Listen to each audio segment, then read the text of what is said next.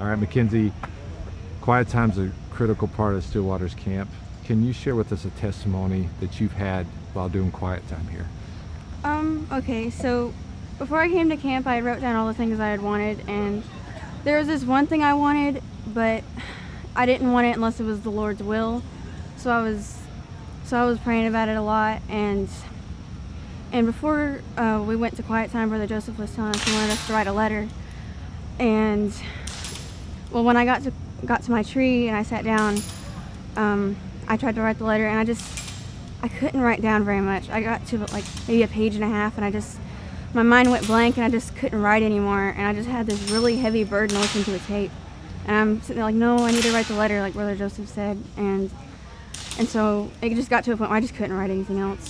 So I stopped and I listened to a tape.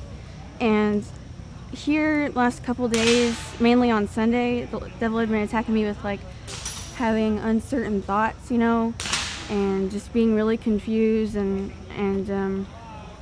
So I was trying to choose a tape, and I don't know if this happens to anybody else, but when I'm trying to choose a tape, it's a really big deal because that could really determine my testimony, you know. And so I found this one tape, and it was really time appropriate. It was about 30 minutes, and I thought, well, I could listen to this one, but I thought, well, I'll keep looking just in case. And so I found this other one, and it was called The Door Inside the Door, and I'm thinking, well, that seems like it'd be a really good tape, but it wasn't time appropriate. It was like almost 2 hours, and I'm like, oh, I don't know. And so I was just sitting there like, well, which tape do I listen to? And so I stopped and I prayed about it. I'm like, Lord, I just want to know which tape to listen to. So I stopped and like, okay, well, I'm just going to listen to the first one I picked.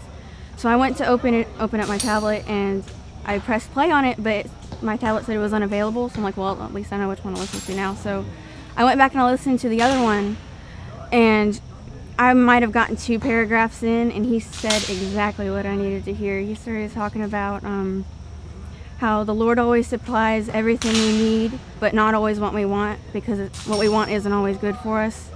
And that really hit home for me. It was such a blessing. And he started talking about how when Brother Joseph was about 5 years old, he was watching him shave, and he had wanted to shave too, and Brother Man was like, well, no, I couldn't give him the razor because, you know, that wasn't good for him, and no matter how much he cried for it. And it was just such a blessing. And then right after I had heard that, he started talking about like my favorite story, and it didn't really pertain to me, but it was like my favorite story he talks about, and it was such a blessing. He started talking about how the couple that lived in the boxcar, like that's my favorite story, and it just made me so happy. That was probably the best quiet time I've ever had at Stillwater's.